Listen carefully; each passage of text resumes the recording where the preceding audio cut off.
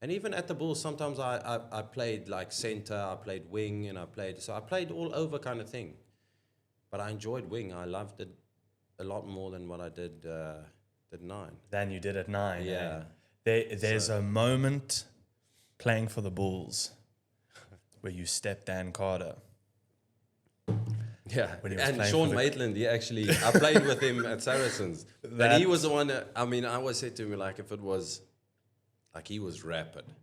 Yeah. Sean Maitland. He didn't look quick, but I said to him, if it was like another 15 or 20 meters further, he would have probably caught me. But You think he would have got you there? yeah, he's very quick. But I was never the player that was like 100 meters quick. Like, you get players who's like, the further you go, the quicker you get. Okay. I was like, I loved the like 20, 40, 50 kind of like explosive running. Yeah. Then I'll give to someone who's like, who's got the long distance pace. Okay, you carry from here, buddy. That's it. Yeah. So What's up, everyone? Welcome back to Storytime. Thank you so much for tuning in. Please do not forget to like and subscribe. Ladies and gentlemen, today we have Francois Hougaard, ladies and gentlemen, in studio today. Thank you for being here. no, it's awesome to be with you guys. Absolute pleasure, man. Absolute pleasure. As you guys know, this episode is brought to you by Nox Hydration, the greatest hydration in the world. Thank you, Drakus.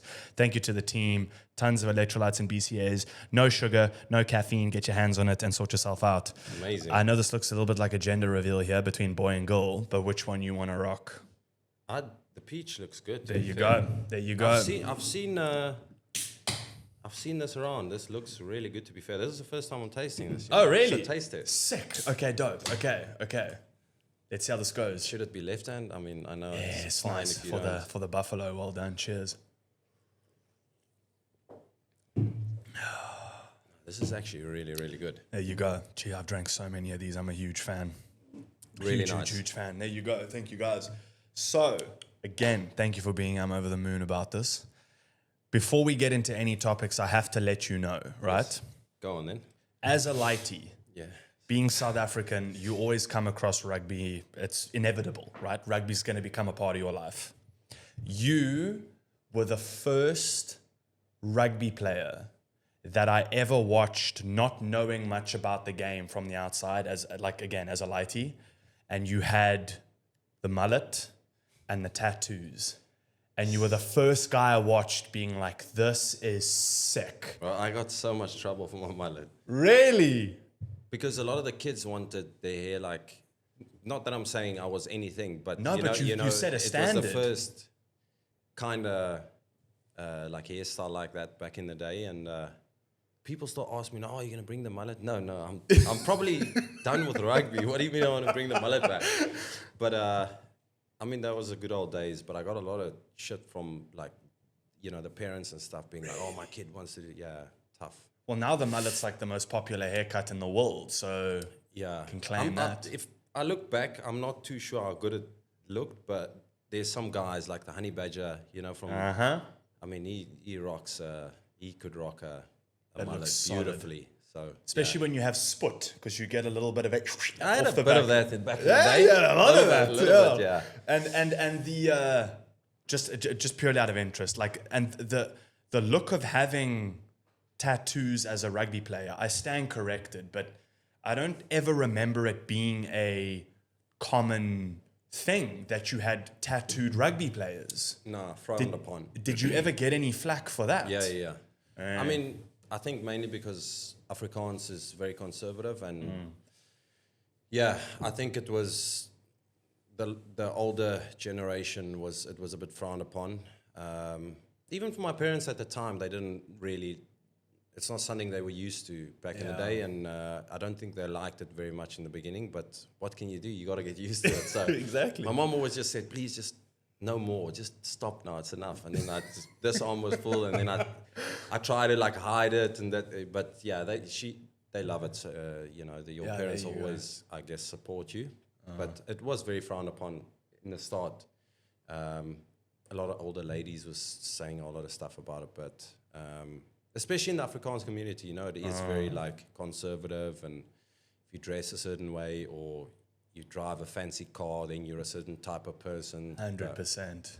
Yeah, that was it. Yeah, and over time, the game's now obviously developed and opened up, and we've got all these new images and you know, the Henry Pollocks of the world that are, you know, running media as well as being great on the field. So we're seeing the game develop. But before we get into where you are now in life and all the exciting things you have going on right now, I watched my first schoolboy rugby game on Saturday, which was Paul Roos versus Bishops. And I was meant to go to that. dude, Paul Roos walked Bishops. Yeah, 63-3. Yeah, but apparently Bishops, they're not great this year. They're not having the best year. But it was massively insightful. I was at the Boys Eye Paul Roos game the weekend before. Oh, sick. Which was actually amazing. And I'm not ashamed, but it's heartbreaking that that's the first time I've ever been able to watch it after I left the school. Yeah. Because every single time that they've played, obviously I left South Africa in end of 2015. 15 or okay. I obviously came back, but Yeah. that was for the box, and then we'd play on the same day, so there's no way I could. And it's amazing to see what they did. Obviously, with the sevens, we trained at SAS and obviously with the indoor facility, and that was amazing. But it's tough, man. It's hard to. And my 20-year reunion's coming up. 20 years. Sick. It's crazy, but it's just amazing to see what they did with the place and how almost professional the game's gone. Because they were saying, the flyer for Paul Roos is probably, I think he signed a deal at the Bulls. He's the next big thing. Mad talented. And then they said, no, they bought him. He was standard 8 and they bought him from a different school. And I was like, are we buying players? You no more like grade 8 or standard 6. You're just buying players now. It's hectic, So it's obviously become like very professional, I guess, in a certain way, because I guess that's where all the talent comes from, And that's why South Africa, I guess, is, in my opinion, far ahead. I mean, I don't want to be rude to, in any other country and saying far ahead, but in terms of like depth, like the South African play their second side and they'll be just as good as the first. So, and you can see that coming from like schoolboy rugby. Drinking an ox hydrate feels like. Is there no one else? Give it up for still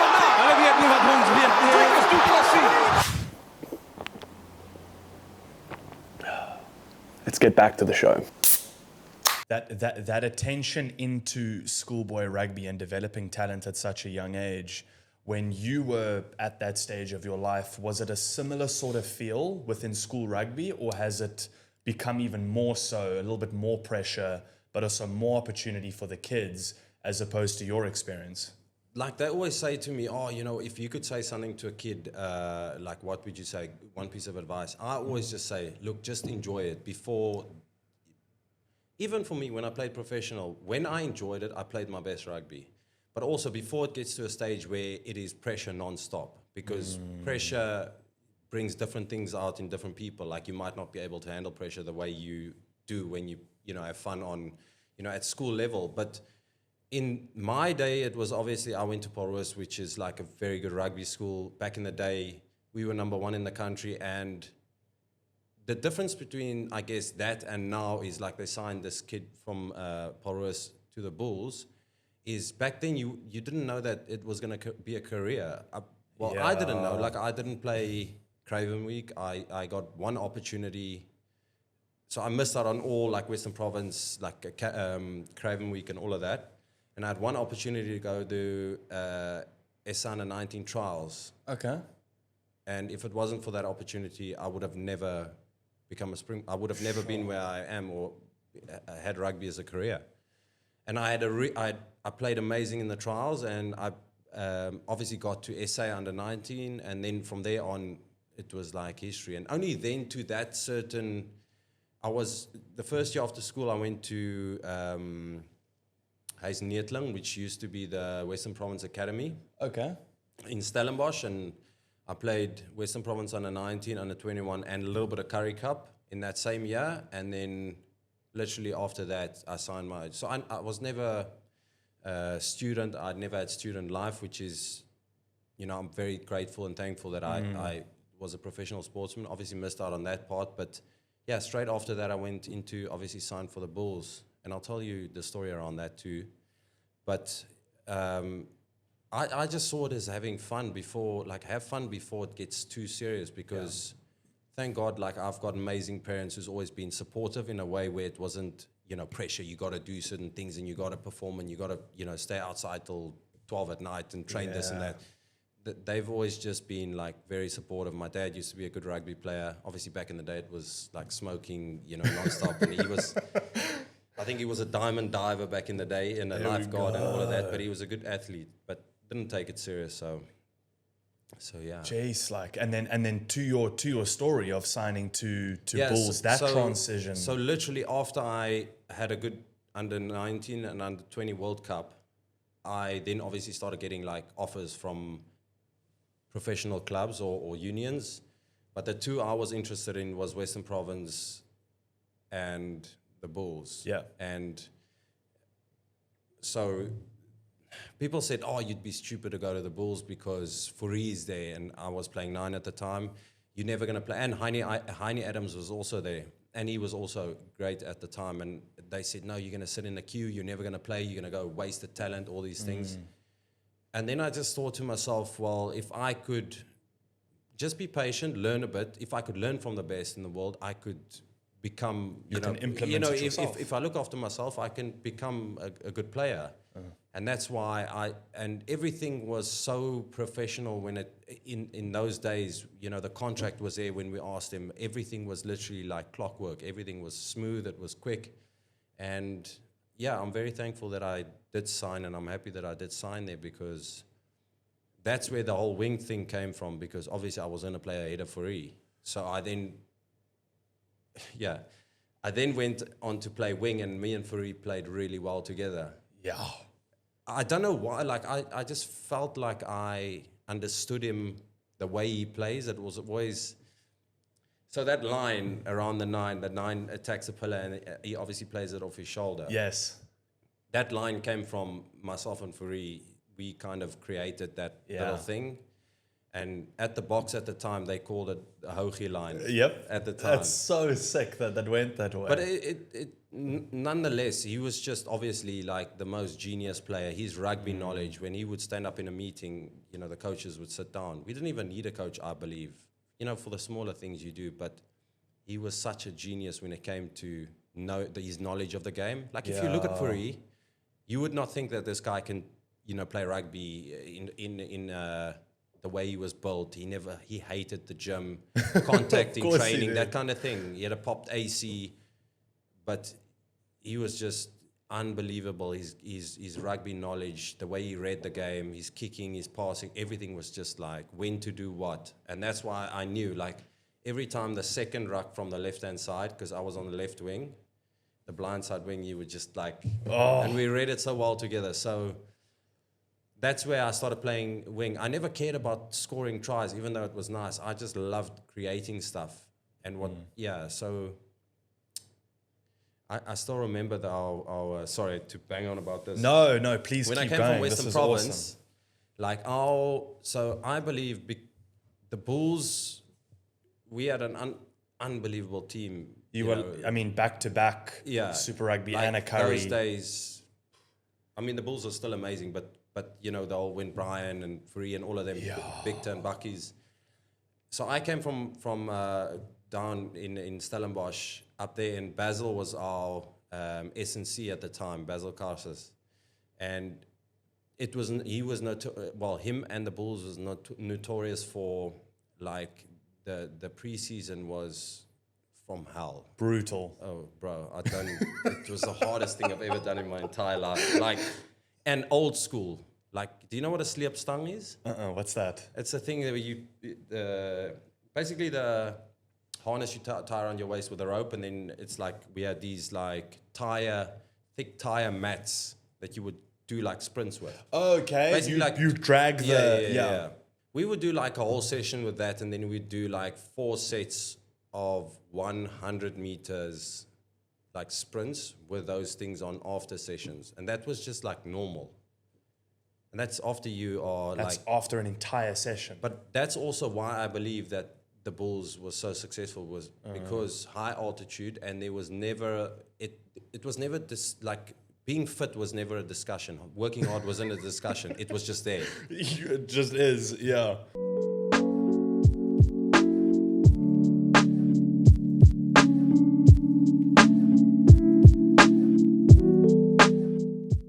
When I came from Stellenbosch, Basil, he wanted to mess me up, like, because of the fitness, and he thought, you know, this kid coming from...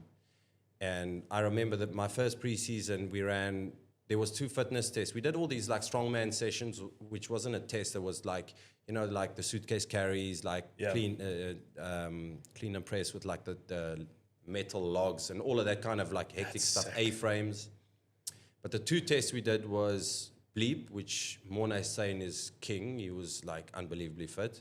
That was more like a slow burner, like long, whatever. I did okay in that. I didn't like it, hated it. But a repeated sprint was my thing. Like 5, 10, 15, like back. Oh, okay.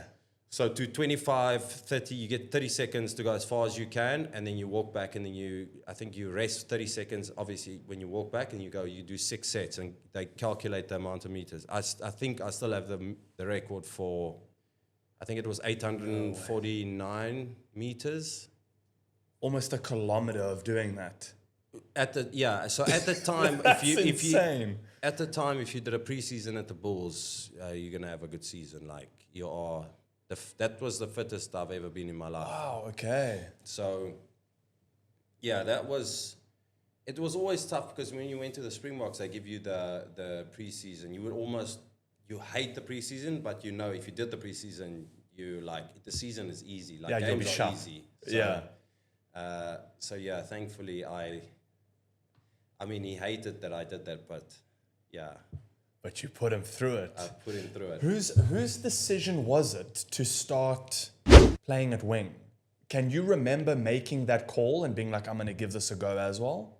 I don't know. I don't know if it came from like just playing around in training kind of thing. And I because under 20 World Cup or under 19 World Cup, I played center against Bastaru because they wanted because he was just as big as he is now back then.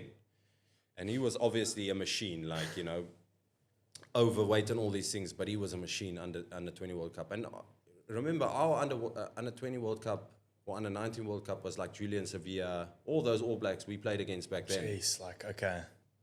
They gave us a hiding in the final. We got to the final, but the All Blacks gave us a hiding. But so I've played like loads of different positions. I played center, 9. 9 was obviously the position at that time that I focused on, but yeah. I don't know if I can't remember exactly that, you know, the day that I said like, I think it was more something that I like we tried out and it was just like worked. Yeah. And it was good. And I wanted to play a lot more on the wing because the other thing about the whole Fourie story is everyone wanted me to, obviously when he was going to finish, I was going to take over and they wanted me to, I don't know if they wanted me to be the same player or even better than him. And that was tough because I loved the contact and I loved like the graft and the you know, the stealing the ball and that kind of thing as well. And he was just a genius when it came to, you know, figuring the game out and game IQ. Everything. Yeah. And I wasn't the same player as him. And even at the Bulls, sometimes I played like center, I played wing, and I played all over kind of thing. But I enjoyed wing. I loved it a lot more than what I did at 9. Than you did at 9. Yeah. There's a moment playing for the Bulls where you stepped Dan Carter. Yeah, and Sean Maitland, I played with him at Saracens. And he was the one that, I mean, I always said to him, like, if it was, like, he was rapid. Yeah. Sean Maitland. He didn't look quick, but I said to him, if it was like another 15 or 20 meters further, he would have probably caught me. But you think he would have got you there? Yeah, he's very quick. But I was never the player that was like 100 meters quick. Like, you get players who's like, the further you go, the quicker you get. Okay. I was like, I loved the like 20, 40, 50 kind of like explosive running. Yeah. And I'll give to someone who's like, who's got the long distance pace. Okay, you carry from here, buddy. That's it. Yeah. So, I mean, it was good. Like all the tries and stuff was, some of the tries, Like even if I see like sometimes you would like see highlights or something of it, it feels like it's the other day, and it's incredible. The most incredible thing is, you know, people used to camp outside Loftus the night before semi-final to get tickets.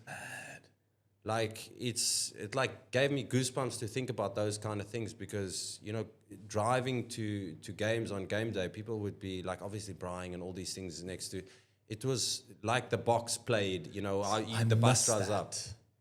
Don't you miss that about it? Like, and then it obviously went through this massive time where all of that disappeared, the empty stadiums and all of that stuff.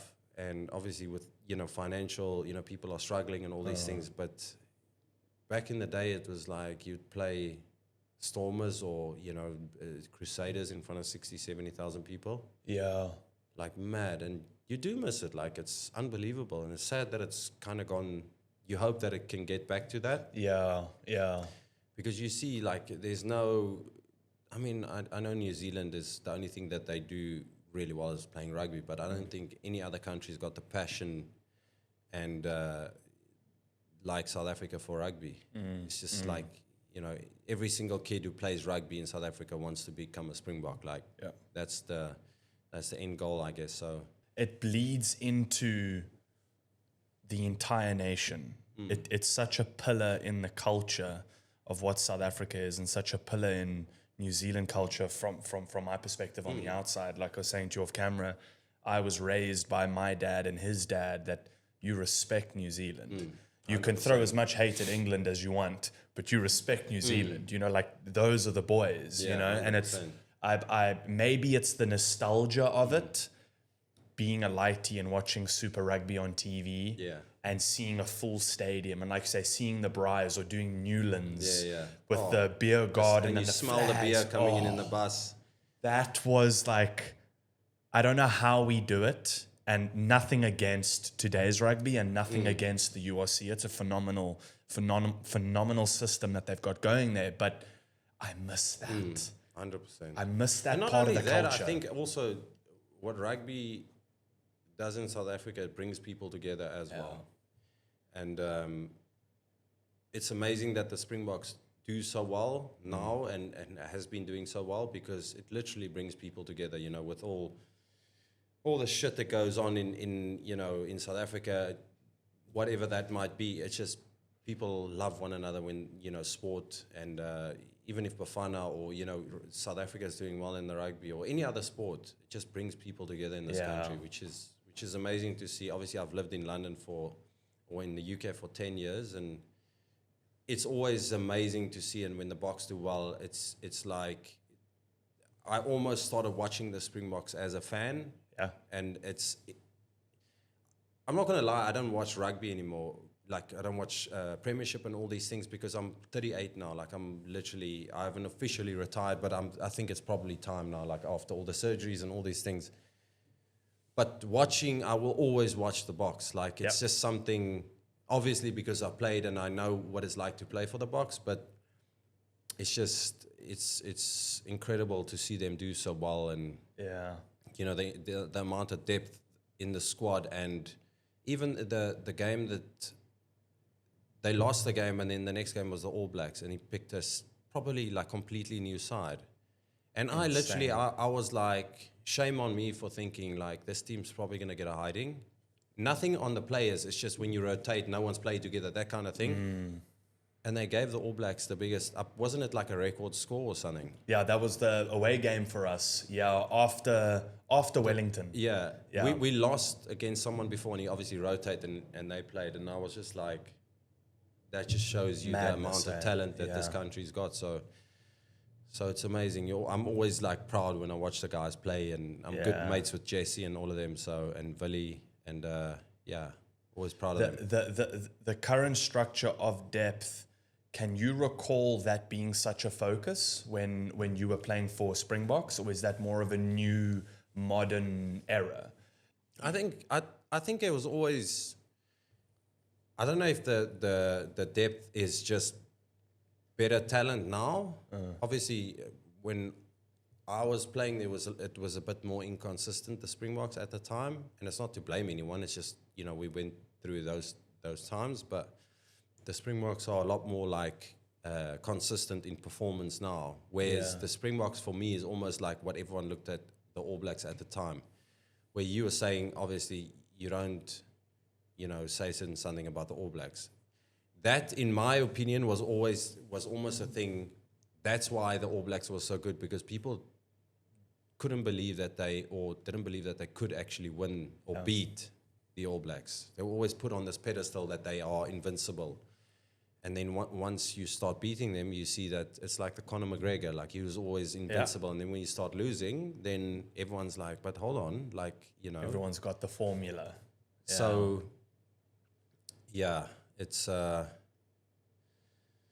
it's crazy because I've been lucky enough to play against them quite a few times, and I've had that under 2014 try of the year against the All Blacks at Ellis Park. God, it was probably one of the best, one of my most special memories. People always ask like, "Oh, the haka, is it like? Are you scared when you stand there?" And it's a good question. You're not. Like it's like a challenge. It's not. You don't see it as disrespect or anything. It's like a challenge they give you, and you accept it. Obviously, you're going to be worked up when you stand there. You're just about to go into like war. It's technically war, yeah. So that's always like something that's very special, that I've been lucky enough to be able to play against them, Yeah. The famous dive. I don't know if I messed that up or it looked shitty, but... No, it looked great. But that you come to mind thinking of that. I know Habana obviously also had like signature dive and whatever, but maybe this is a silly question. Apologies if it is. No. But I like to try compare to like other big sports in the world, right? Like you've got the Michael Jordan and you've got all these moments that are captured in history, in the history of sport, and you making the dive with the smile, a little bit of the mullet or the tattoo, whatever it is, like that's like imprinted in my mind as like South African rugby, but also as Blue Bulls in an era where they felt like they were unstoppable. Was that famous dive. So even in the Super Rugby final, we beat the Stormers when I scored the try. If you look at the game, I've got like my hand is like strapped up. So the game before that was a semi-final against the Crusaders. The first 17 minutes of the game, I broke my hand.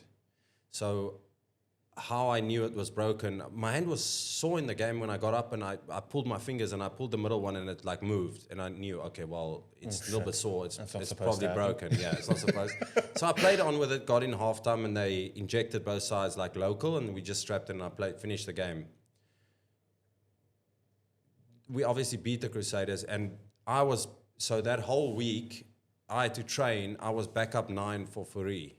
I played wing, but I had to train with I couldn't inject it like local, so I had to train with a broken hand.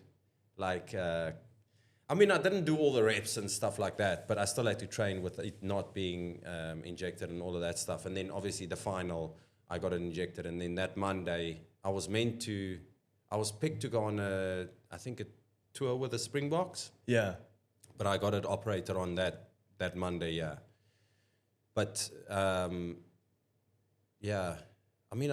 The dive was probably just because I was always so happy. Like, you always see these guys who break through and they're on the way to the try line and they're just so composed and not smiling. And I'm like, I can't help myself. You're just so happy. Oh, it must be a mad feeling, eh? So, the crazy thing about it is I can't remember much of it. Like, you can't even. I couldn't remember like hearing the crowd scream and stuff, like, because it's so loud, but. It's almost like you've not got tunnel vision, but you're so focused on what's in front of you. Like I said, it's like going to war. You don't have time to stop and go, oh, wow, look at that guy. Yeah. You're going to get taken out. It's not going to go well.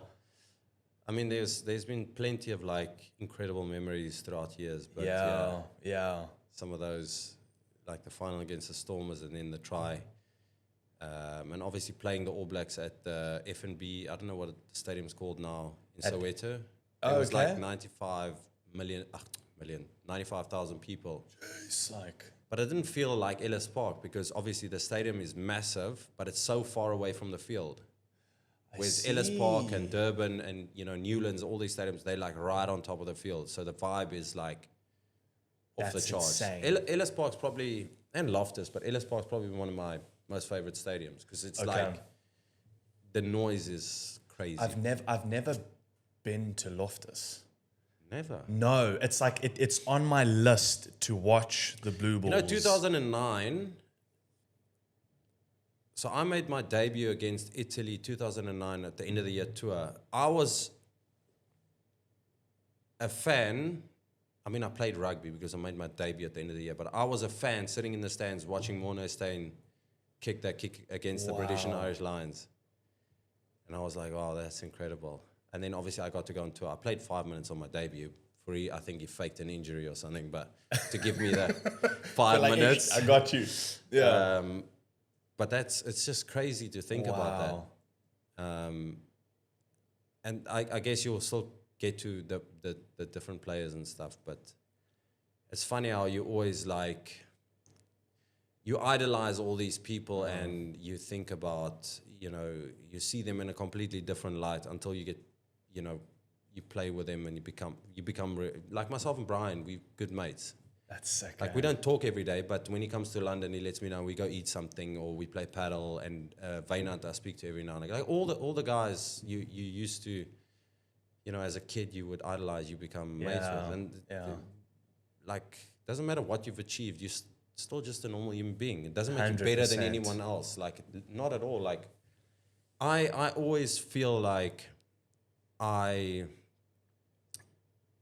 prefer it when someone speaks to me or I have a conversation with me or I have a conversation with someone and they don't know who I am because it's refreshing from a point of view. And I'm by no means do I say that anyone needs to know or does know who I am. I don't care about that, and I probably not. But someone's perspective changes when they, if you're someone in the limelight or whatever and they know you are, they have a different perspective on you, or it's almost like a judgment's already been passed on what type of person you are.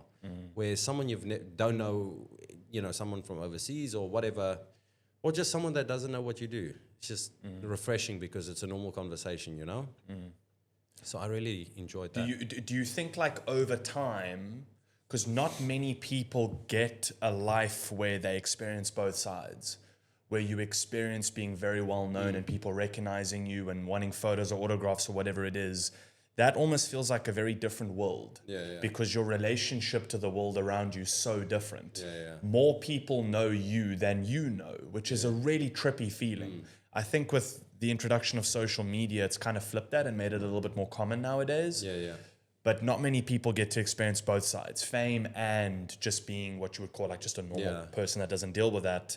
Do you think over time you've developed that view of like, this is better, that is better, I prefer this, I've had that, I've learned this lesson kind of thing? Look, I just think like, doesn't matter what you've achieved or how much money or fame you have, doesn't make you better than anyone else. It shouldn't be like, for instance, when I was in Pretoria, there was a kid who was in hospital and he was on his way to dying. The only way he had to get like a certain amount of operations in his intestines or something. And one of the things was he had to be mobile, like he had to stand up like, obviously like very slowly and all these things that had to help him, and he had to walk around in his room to get better. His one request was that myself and Morné we were his favorite, at the time at the Bulls, was his favorite players. So we went there and he never wanted to speak to his parents because he wanted, the players to come in, like myself and Morné, to come have a conversation. We just made like fun out of the whole thing and, got him to walk. He didn't want to walk because, his parents, and he was angry with them and all these things. Shame, man, yeah.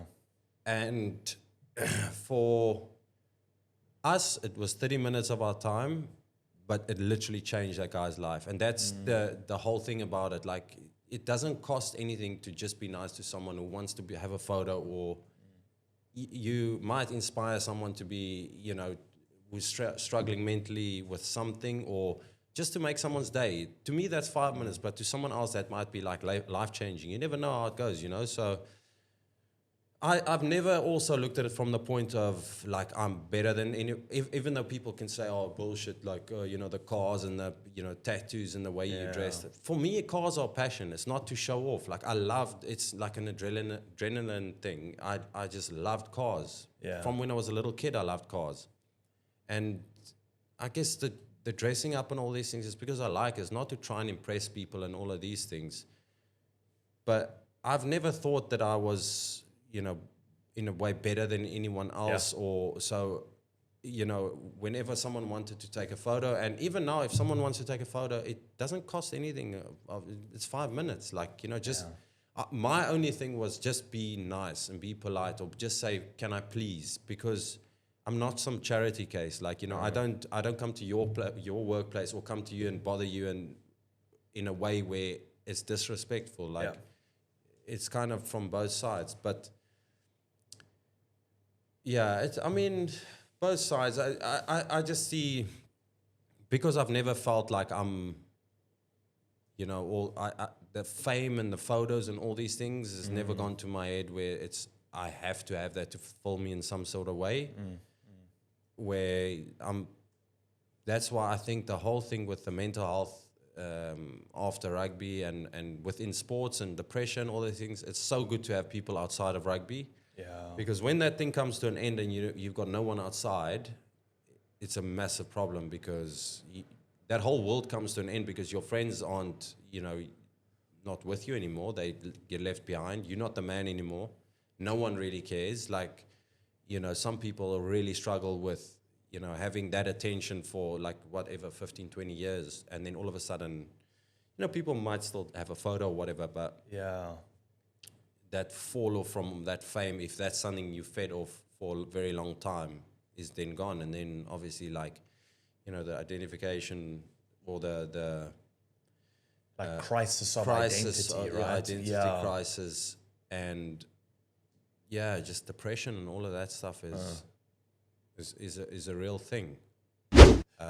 You think it attaches itself to like having a purpose and like performing at like such a high caliber that, like, I always try to make the comparison to like what people would deem an everyday job. So if someone's a doctor and they are a phenomenally good doctor and they get to be that doctor for 12 years, and then it's like, okay, sorry, you're not that doctor anymore.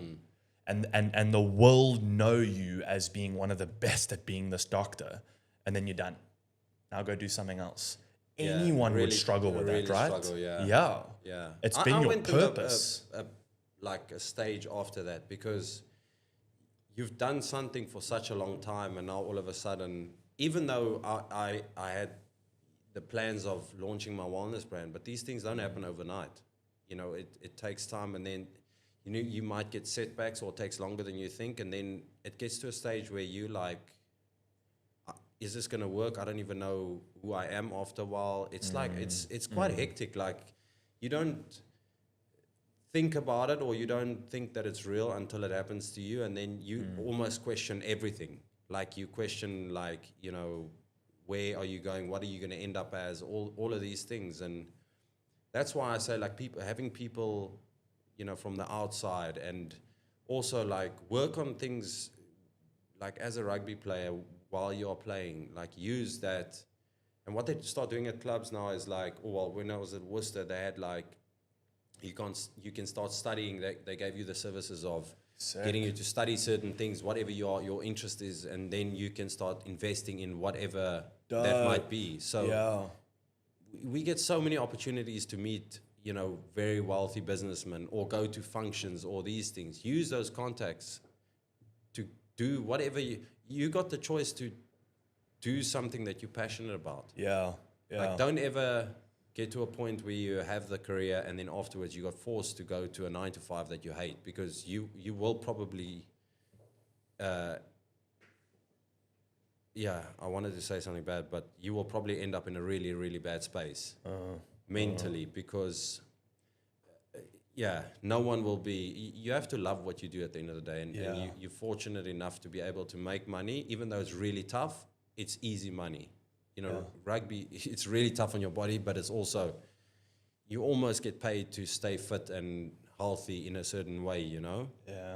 And some of the players make massive amounts of money. Like, if you put your mind together and there's something that you have a big interest in, like, use that to kind of start a business. And you don't have to go through that phase of, you know, the stage where you like question everything that you might be, and the depression, all that stuff. If you can get that transition smoothly, then you'll be in a good place. Do you think there's enough organizations, brands, federations, or individuals focusing on this though? Focusing in on the giving UK, that when knowledge? obviously my last part of my career, I played in the UK for seven years, and there is a massive thing around mental health. Okay, good. Which is, there was all these campaigns and stuff because, and also the stigma around guys not speaking out, depression and guys not speaking to therapists and stuff. Like, I personally don't see anything wrong with it. Like, it doesn't make you less of a man if you go speak to someone. It doesn't have to be, for me, it doesn't have to be the deepest conversation. Like, I can go sit in a therapist's office and just ramble on and make it as lighthearted as they will pull out of you whatever they need, and they'll give you the tools without you kind of realizing to try and work on what it is. Yeah. But it's like, I would find that much easier than speaking to someone that I know, because then it's personal. Like, if you speak to a therapist, they don't know you personally. Like, they would never judge you, because, I mean, it's their job, first of all. Yeah. So going to speak to a therapist, I see is perfectly fine. Like, I've done it a few times, so what? Yeah, same, yeah. It doesn't make you less of a man. Like, in fact, you feel so much better afterwards, because they almost give you these things where they either confirm or tell you you have to look at it from a different perspective, and it makes you feel good about it, because it's like, wait, I'm not crazy, or I was right the way I felt about that, or I need to actually look at it from this point of view, and that makes sense, kind of thing. So, to your point, I did a few months of seeing a therapist. I think it was once every 2 weeks, I think. And it felt, to your point, like I was walking in and sitting down and going, I'm going to tell you a whole bunch of stuff for an hour. And they go, okay, I'm just here to listen. Yeah. And obviously making notes and doing the whole thing. But I remember the first once or twice leaving and going like, he didn't say anything. Like he didn't go like, so here's the solution to life. This is where you're a dick. This is where you're a nice person. There was none of that. Yeah. It was just like, they're so good at navigating conversation and asking questions in such a way. the right questions. Yes. That like something happened in my life that made me feel a certain way. For the longest time, I would lie awake going, should I feel like this? Is this normal? Like, and then you talk to this person and they help you find that answer for yourself. And it's also not, you're not speaking to just a random person. No, this These person's people are specialized. It's and to your point of like not speaking to, it's great to have family support and friends and stuff like that, but that's too close. yes. You don't want it. Because if I tell a friend, They will almost judge, or there will be a certain something. It's like you or give a little go- bit of you away. exactly. Or they go like, oh, he wants to hear this. Yeah. It doesn't offer a solution that is unbiased. Whereas in this it did. And it was such an insightful time, because now I look back and I go, oh Josh, there were so many answers you just didn't have. Yeah. And I had this sit down with my parents where I was getting so frustrated because my family's very tight. I would say to my parents, like, what do I do? And they'd go, Josh, we haven't experienced this thing that you're experiencing. You need to talk to someone that can give you the answers, And it was a combination of that and my faith that I started finding some answers, which plays a huge part in my life as well. So between those two things, the mental starts to ease, know? And I watched sorry, not to ramble. This is your chat, but I watched a reel the other day. This guy's sitting in the car with a hoodie on, good-looking bugger, talking into the phone. Like you. Thank you. I was going to say like you, dude. There you go. And he's going, I have to apologize to my following for back in 2015 when I was so hard in the paint on like, make it all about you, figure your shit out, go hard in the paint. It's all inside you. You have the answers, just find them. He goes, dude, fuck that. I found Jesus and gave up my life. And the peace that I live with now is so Amazing. different. Like, that's what entered into my life at a certain time, thanks to my mom and my dad sitting me down and it's funny because like I've been lucky enough not to be, to deal with certain things. Like obviously I spoke to a psychologist and it wasn't to a point where I wanted to be suicidal or anything like that. So it wasn't that deep, but what you say now about like God and stuff, like I grew up being a Christian, obviously, because, you know, my mom and dad is Christian, and obviously going to church as a kid, I never believed in anything other than like God, but I was never committed to anything like, you know, I don't want to say like in a weird way, like the Bible to me is like complicated. You don't just open the Bible and you read something and you're like, okay, I understand. Like I never knew the Bible like at all. And I still don't. I'm learning. But the last few months I had this burning desire to like completely change my life.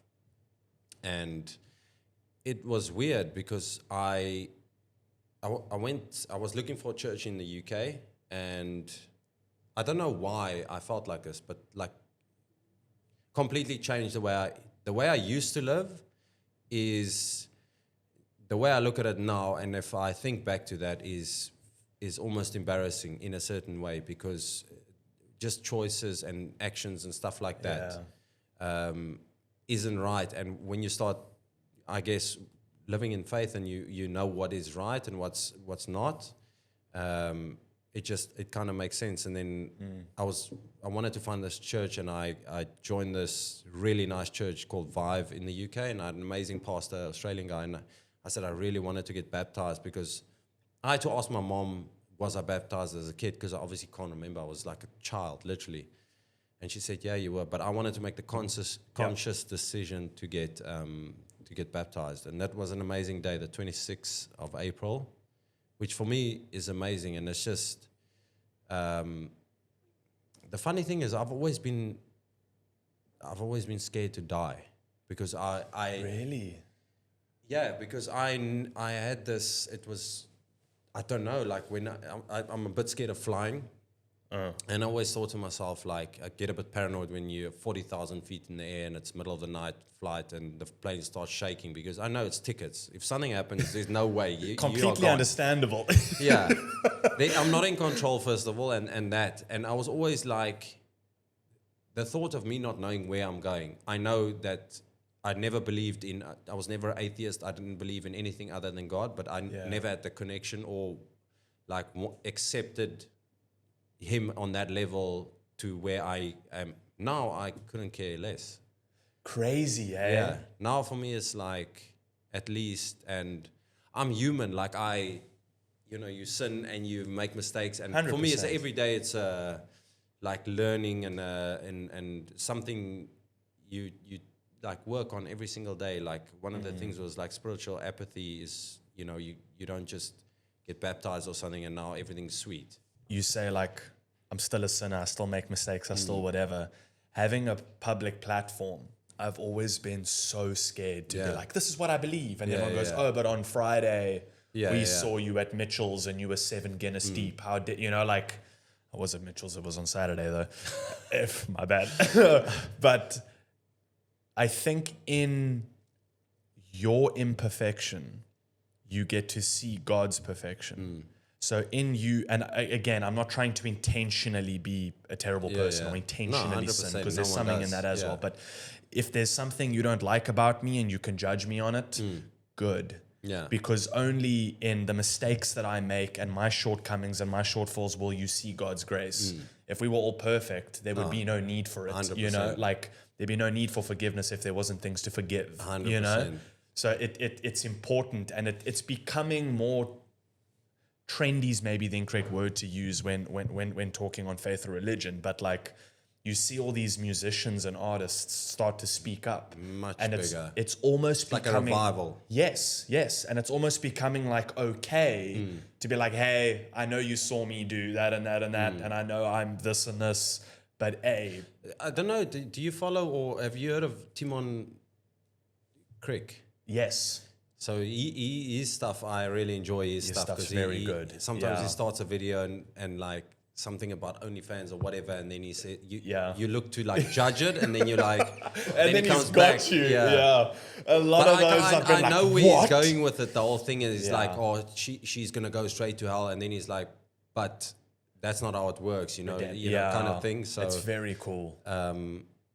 but you do see it like everywhere, like you say, musicians and everyone is just like, it's going crazy. So and it's been good. Like, it's something you got to work on every single day. 100%. But it's been good. To current life, Yes. right? I want to ask you about playing with certain teammates, but we can do that later. I want to get life now. Life in the UK versus life in SA. What are the big differences? I mean, earlier we were chatting on gyms and workouts and stuff like that. Like, what are the big differences for you? What do you enjoy about here and enjoy about there? Look, I haven't been back in SA. Well, I've been here for 2 weeks now, but before that, I haven't been home for 2.5 years. Sure. Before that, it was only also a short while. It's always amazing coming back home.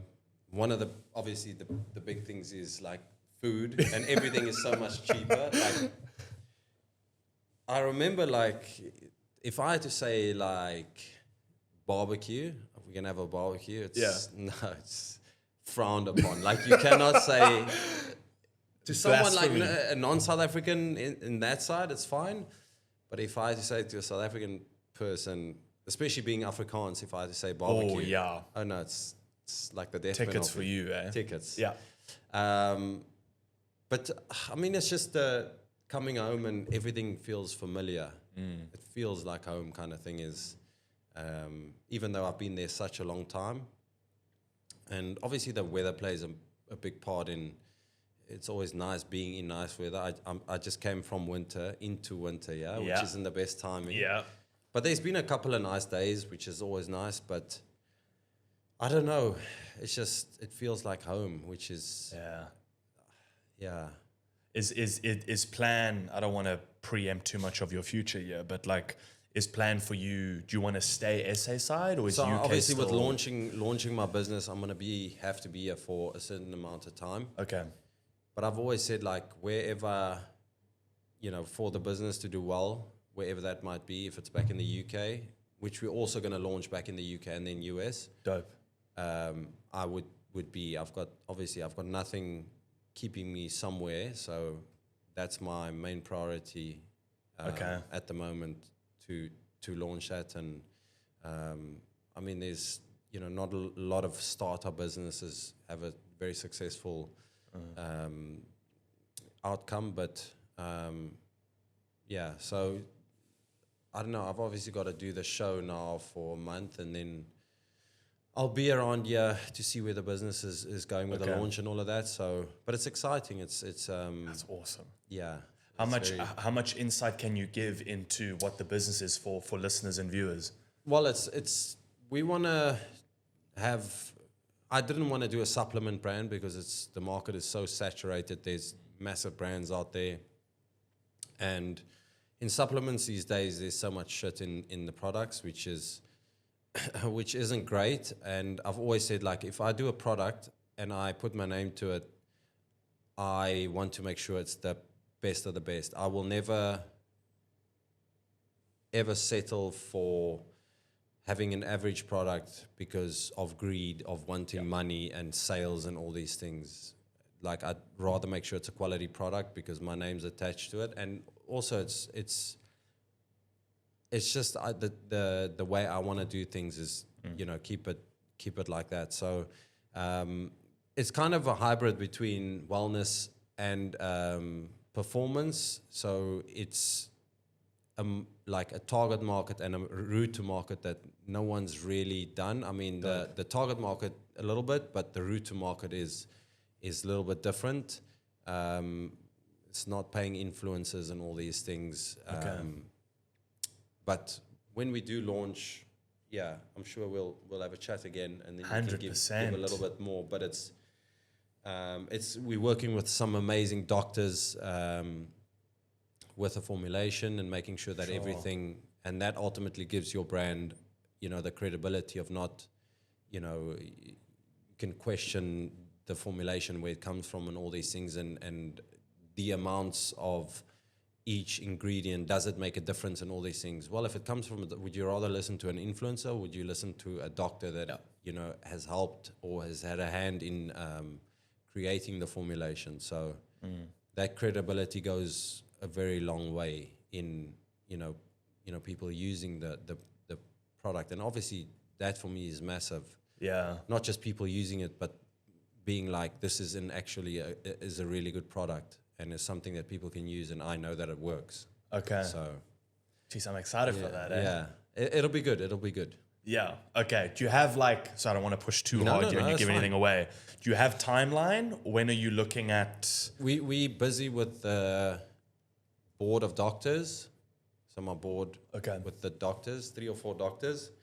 And it's also it's tricky because you want to get the top doctors in SA on the board without you launching the product, and that is obviously gonna, how do they commit to something and they're not getting paid? Well, you got to give shares or something. So it's obviously hard. It's a lot of conversations. It's all these things that you have to, kind of get them on board. But also when you do want investment and all these things, if you have a brand and you've got doctors on board, it's so much easier, I think, to get investment. Even if I'm not saying you're looking for 10 million pounds or rands or whatever the case is, but it's easier to get that if you have doctors. It's like, saying you've got a sponsorship already, then this sponsorship will jump on board, like kind of following. Proof is in the pudding kind of thing. Yeah. So just getting the route to market kind of sorted with the doctors and all these things. And then, basically getting amazing meetings last weekend with the guy who's doing our formulations. Sick. And I saw this incredible facility of all the raw materials and stuff. It's just mind-blowing. So, everything's done properly with SAPRA, which is, everything's approved, everything's got a certificate, and it's done properly. And it's exciting when you see these things starting to happen, like that. Yeah. Because it means that it's serious. It's not just saying, oh, I want to do this. It's becoming real. Yeah.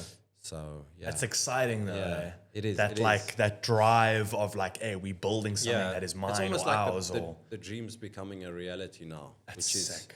And it's not going to be easy. It's not like I don't want it to be easy, but I played rugby for 20 years. Nothing was ever easy. Even if people say, you had it. Well, I didn't. I put the work in to kind of be there. So, and I've got no doubt that this is also going to have a load of challenges. It's completely different, but it's still going to be tough. Yeah. But at least it's something I'm passionate about, and that's the most important thing. That is important. I'm going to love the struggle of, getting this business to be, I don't know, sell it for $100 million someday. You heard it here Yay, there we go. So, you heard it here first. I dig that. So yeah, that's what we are doing at the moment. But we're moving faster now, which is, it's tough because you've done something for 20 years, and I'm not like a CEO of a business or something. Now all of a sudden you gotta work out the whole business plan and the financial side and the pro forma and all these things of every single little cost. And if you want to get investment, you got to basically a valuation for the business, because you need to give away a specific percentage, like 20% for, and that's based on your valuation of your business. But how do you get a valuation if you're not an a company that's up and running? Shit, that's cycle. Yeah, so it's tricky, but luckily I think with our team and one of my good friends, he's my partner in the business, and he's a very successful entrepreneur. He's in real estate. He's also an investor they nearly bought a football team. So that's someone who I would have in charge as the CEO of my business, because he's done it before. I'm not going to spend 3 years making all these mistakes and then having to start over. I'd rather learn from him, as I would, because I don't know much about it. I'm not shy to say it, it is what it is.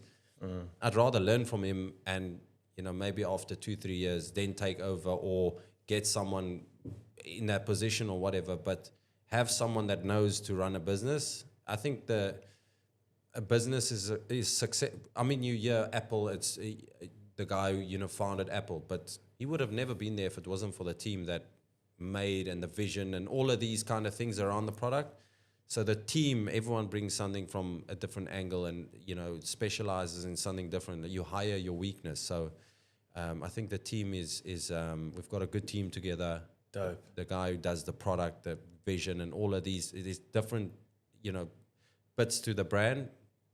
And if you got that sorted and everyone knows their bit and what to do I think you can only be successful. Or That's such a great line. You hire your weakness. Well, 100%. That's awesome. I mean, I'm not gonna even pretend to know a lot of the things that Jim, my partner, does, or about the pro forma or how to work these things out.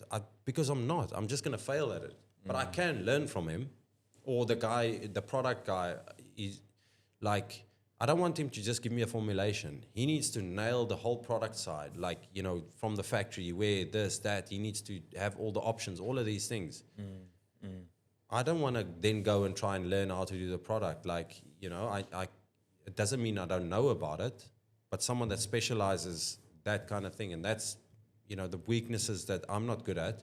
I might have the vision for the brand and where I want it to be and what, kind of direction and that kind of thing. And as a team, we'll make a decision on what's best and all of these things, because I'm also not the type of person that's like, well, it's this way and it stays this way. Yeah. Like, your opinion matters, and if it's going to take, if it's going to make the boat go faster, then we go with that. Like, I'm not going to tell you, this is the way it is and how it should be, and only I believe in, this is the right way. Well, someone might know a little bit more about a certain something, and it might help your brand or your product. So that's just, I don't know, what I believe. And I'm not, my ego is not, well, I don't have an ego where it's like, it's all about me. I don't care less. I just want the thing to do well, what I mean? Build something lekker. Yeah. That's exciting, man. We'll definitely have the chat again and 100%. talk on the launch and everything And like then, that. There's I'll a lot to go bring you over. some product. And Yeah, thank you. That'd see be what you sick. We think can about showcase. That'd be amazing. Smash, marry, kill. Let's put it that way. And it sounds a little bit more user-friendly there, 100%. Okay, as a car lover, smash, marry, kill, Ferrari, Lamborghini, and McLaren. It's so hard, man. One of my very good friends, I mentioned him just now. He represents one of the brands in South Africa. Okay. And he does really well. Justin at shout out Daytona. There we go. He represents McLaren is one of his brands. So I'm gonna the P1. Let me just say that the McLaren P1 is one of my ultimate favorite cars. But so is the LaFerrari, which is the Trinity. The Porsche. So I got a bin off one. Well, not bin off, but I really also like the heritage and everything behind Ferrari, which is obviously very iconic.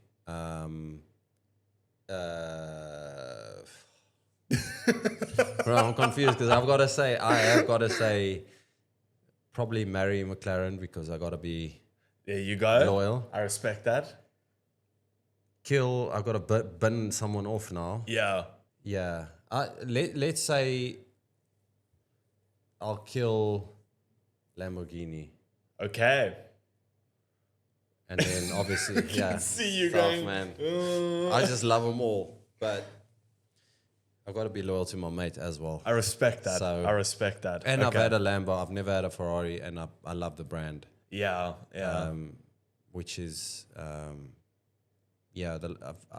been, privileged enough to have driven in a lot of those cars. And one of my friends owns a LaFerrari, and it's Insane, man, eh? It's very hard to explain. It's just, it's crazy. Like the feeling of just seeing those, because you don't see these cars ever. Like it's obviously hypercars or something that's like, there's one guy who's got them in South Africa, but it's just, you never ever see these things. And when you do see them in the flesh, it's just mad. Beautiful, eh? Okay, I sound like a freak. No, it's the best, dude. There was crazy. a guy, we were in the Claremont Cavendish parking lot, Yeah. I've never seen it before. I'm sorry, I don't know the name, but it's a bigger, almost SUV looking type Ferrari. Yeah, Preseason. Maybe the wheels are like that. Let me show you and see It's if got it's this. twin exhaust on the back. I mean, fuck, they all have that. 4 exhaust. That thing. Preseason, yeah. Oh my I was literally word. about to say. Oh my word. We hung out in the parking lot waiting for him. Yeah, it's mad. And he started it's- that thing up. It's lovely. That's probably been done by race as well, because it was, if it was loud, it's probably having a Novitec exhaust on it. It was white with a specialized license plate. Oh yeah. If anyone It's sees crazy. that around Cape Town, that's the guy. It was a guy and his, I'm assuming, wife or girlfriend, I don't know, but two of them climbed in. And we were just trying to signal to him to rev, and he wasn't having it. And I was like, that's fine, I get it, I'm common, it's okay.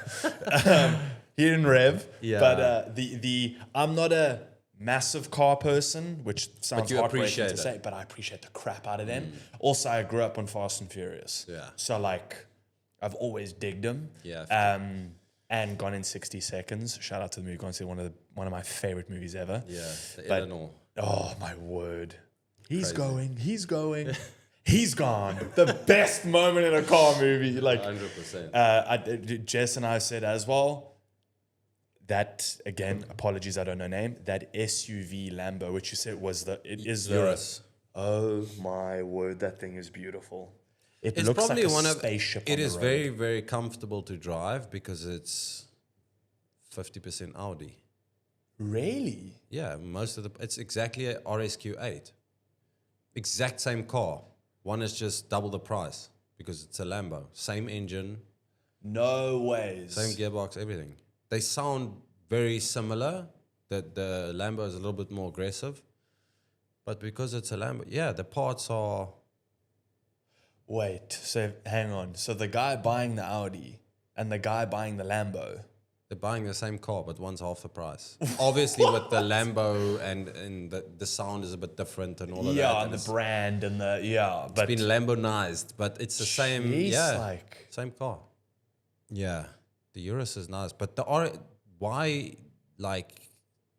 just buy a RSQ8? see, but now that you've said this, I'm like, okay, it's good to know. Like you driving an RSQ8 is like that's top. Like It's a proper car. why would you though. spend double the money unless you just want to? I don't know. It's the I'm obviously brand also a and the- fan of, and the exhaust they put on the Urus was nice. Like it is Acropovic exhaust, but it is a nice car. Okay. Yeah. It If you want drives- one, have one. Yeah, yeah, yeah. You know, Nothing like- against that, but the RSQ8's half the price. If that's Oh, what I'm in. At least now I know aim for an RSQ8. Yeah. I can try get that right in my life. The other game. Which F1 team are you? Okay. so here's the thing. I used to. I'm not gonna say hate because hate's a very strong word. Yeah. I used to dislike Max a lot. Like Same, I yeah. used to really not. I couldn't stand him, but I actually really like him now. Also, you could kind of see because he's not just dominating you, but you also see what a great driver he is. Yes. Incredible. And the thing with him is he just wants to win, like at all cost. He's an unbelievable driver, but he's also sometimes a bit rogue. Like he would do Ruthless. pretty much anything inside and outside the rules to either get a placing or a win or whatever the case is. But yeah, I really do like him. But also Lewis, I'm a fan of Lewis, and I don't know why. I just want him to do well. I used to like Lando. I'm like I liked it when Oscar was doing well. I really liked when before Lewis came to Ferrari, Carlos Sainz did really Sainz, well. yeah. Loved him as a driver. He's very talented. He's a great driver. And Charles Leclerc, who doesn't like him, he's down to earth, great driver. Yeah. But also look at Kimi. He's crazy. He's been winning Also killing it. pretty much every single race. But yeah, Lewis. I don't know why. It's also because he's such a great driver. He's achieved so much. I just want him to do well one last time at I Ferrari. agree, especially and, in Ferrari. his last race, he was like, that's the happiest he's been at Ferrari because he came second. Sure. It's the happiest he's been at Ferrari, and it's nice to see because it's almost like when you've got a favorite in the Formula One, and you watch like practice and all these things, and then quali, and the guy you like doesn't do well, you're like, you don't even want to watch the race anymore. It's like, waste my time. yeah, he's out in Q1 or Q2. Yeah. Like this is pointless. Yeah. So yeah, I just want Lewis to do well. I don't know why. I agree. I like that take, especially Like, let him just win one more championship or Exactly. something, and then he can retire. in a Ferrari, and we'll all go history made. 100%. Just give him the one more. I agree. I think Max is gonna. I don't think he's gonna be in Formula One for very long. Really? Yeah, because he's doing all the GT3 and all of the He's GT doing races the and stuff. 24-hour. And that's what he wants to do. I think he wants to do like multiple. Like he wants to do Le Mans. He wants to do the GT races and stuff. And I mean, he kills all those races. A lot of the times, like the night before the race, he would do like a 24-hour sim race. Like, That's insane. madness.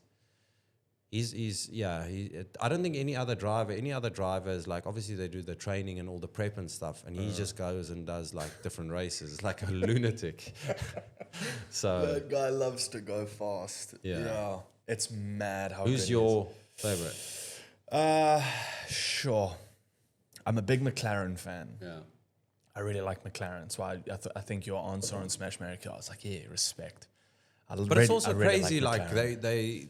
they like struggled so much, like, and then all of a sudden, like, Yeah. bomb. I was a huge Ricardo fan. Yeah. Oh, me too. I love. Damn it, I miss him. I Yeah. miss him so much. The honey badger. I really want him back. So he's actually on my. If I could put like, if I Take could someone put, out. Who would you take out? That's a good question. Sure, without getting too. So where would you want him to go, McLaren? So let's do. I kind of want him back. I kind of want him back. Okay, so then I where- kind of want him back. So where then? Who would you move? But out? that's the problem because I love Oscar and I love Norris. So like, where do we put him there? I think not a backup driver though. No. Not a chance. I think at Renault, he was killing it.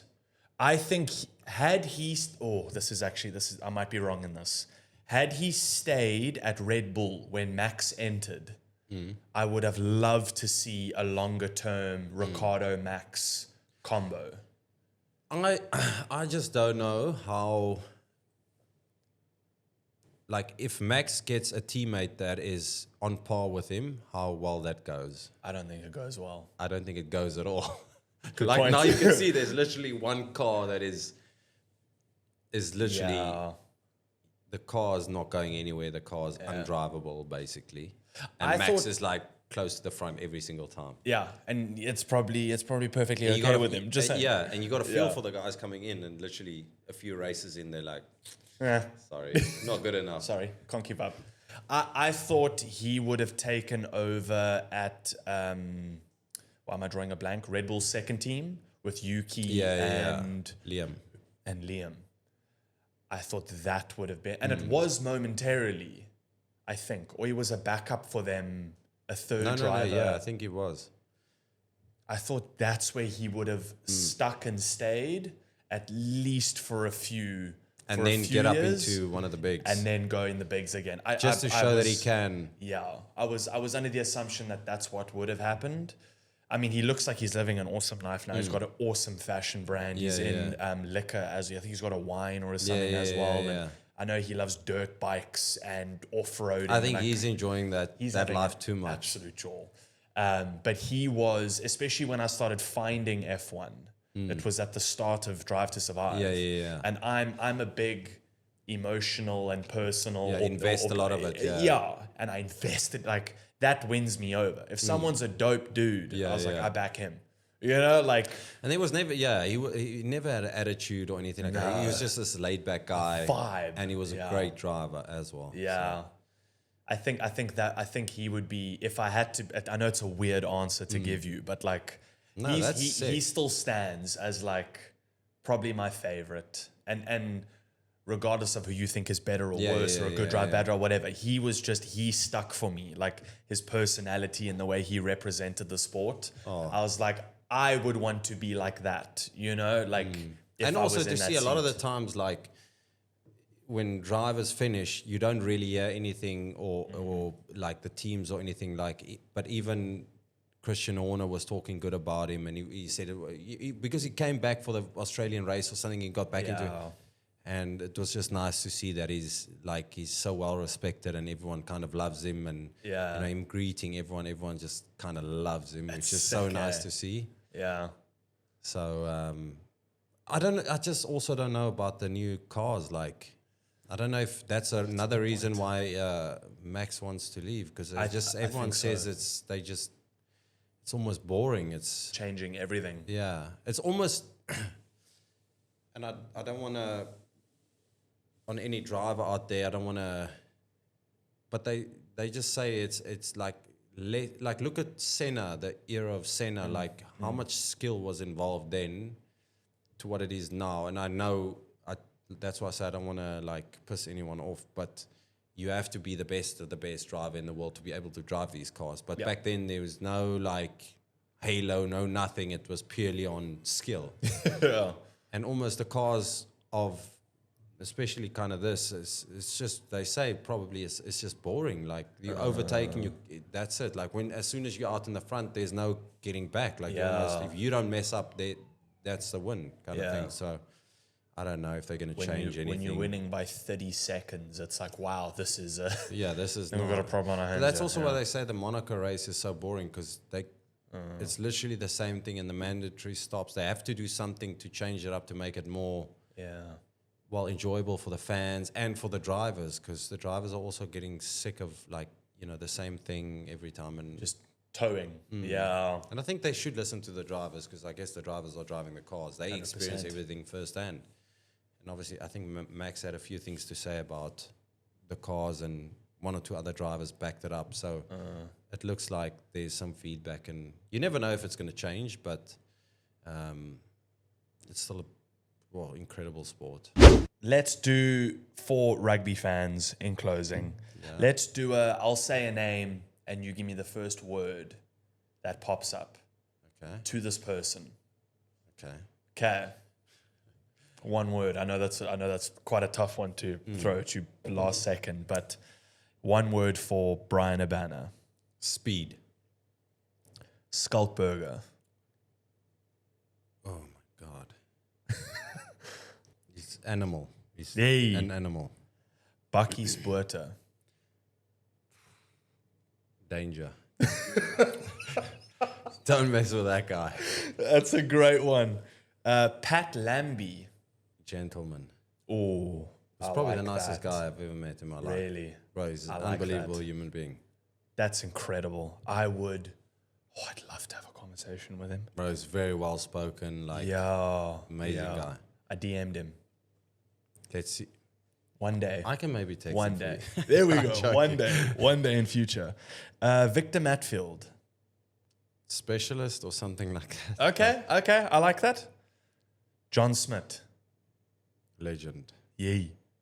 Cheslin Colby. Magician. Yes. And last one, Jesse. Well, I would say, or maybe I'll use this for Jesse. Jesse Krill. The freak. That is a great answer. I looked like, Cheslin's a bit of a freak too, but I looked after Jesse when he first came to the Bulls. Well, kind of took him under my wing because he just got out of school. Okay. And I was obviously at the Bulls playing and stuff, and to see him become the player he is and the man he is today, is amazing to see, because he's gentleman, he's an amazing guy, and he treats people with respect, and away from the rugby that everyone knows kind of thing. He's a great player and all of that, but I couldn't care less about that side of it.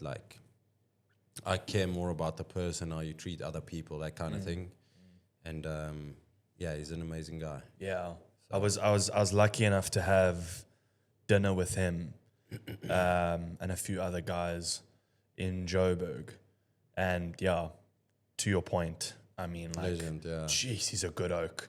And you almost like, because he's super good looking, he's super jacked, he's an insane That's a bit athlete. questionable though, the jacked part. Yeah. I was like, No, he loves gym. man's in Oh shape. my Yeah.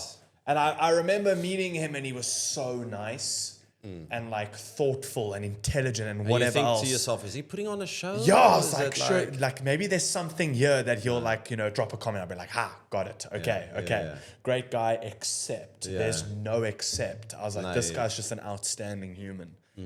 But so, like, in saying that, most of the guys are. Yeah. Like, Cheslin is unbelievable guy. Like, everyone's a little bit different, but what people must just understand is everyone is just human. We're all the same. Exactly. No one, people get glorified because they play for South Africa and they play this and that, and all just human beings. Yeah. So, it's just how you treat people and how, the way you, if you're a nice person, then that's all that matters. 100%. The way you treat people. So 100%.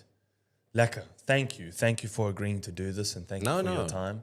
it was a pleasure. And I appreciate you being there. This is great. This is one to put it like a tip of the hat to. I've wanted to do this episode for so long, so thank you for your time. No, thank you. Appreciate it. Again, seeing you on screen, being an incredible athlete, now knowing you, you, somewhat as a person, I speak of you very highly. Thank you. I appreciate it. And from here out as well. I'm very excited for your business venture. I'm very excited for what you do next. If there's anything you ever need in terms of interviews, for anything in media as well, always down to help. We Appreciate love it. producing a lot of different stuff. If I am back with a brand, if it's not an episode or whatever, I will drop by, bring you some product and see what you think about it. Thank you. That'd be great. Yeah. We'll definitely do something for it. Lovely. I'll let Kitsy know as well. You ever want to guest on I'll that come side as well? say hi, because Yeah. I'll be around Cape Town, Durbanville, Joburg, whatever. Okay. And then I'll come pop in, bring you guys a coffee, and we'll chat. That'd be great. Thank you, man. Thank you Appreciate so it. much for your time. No, This was thank such you. a lekker chat, man. Thank you. Thank you guys for watching and listening. Please do not forget to like and subscribe. Also, all details will be below. If you don't already and you aren't already following, go follow. Once again, thank you, Nox Hydrate. We love you guys lots. Peace.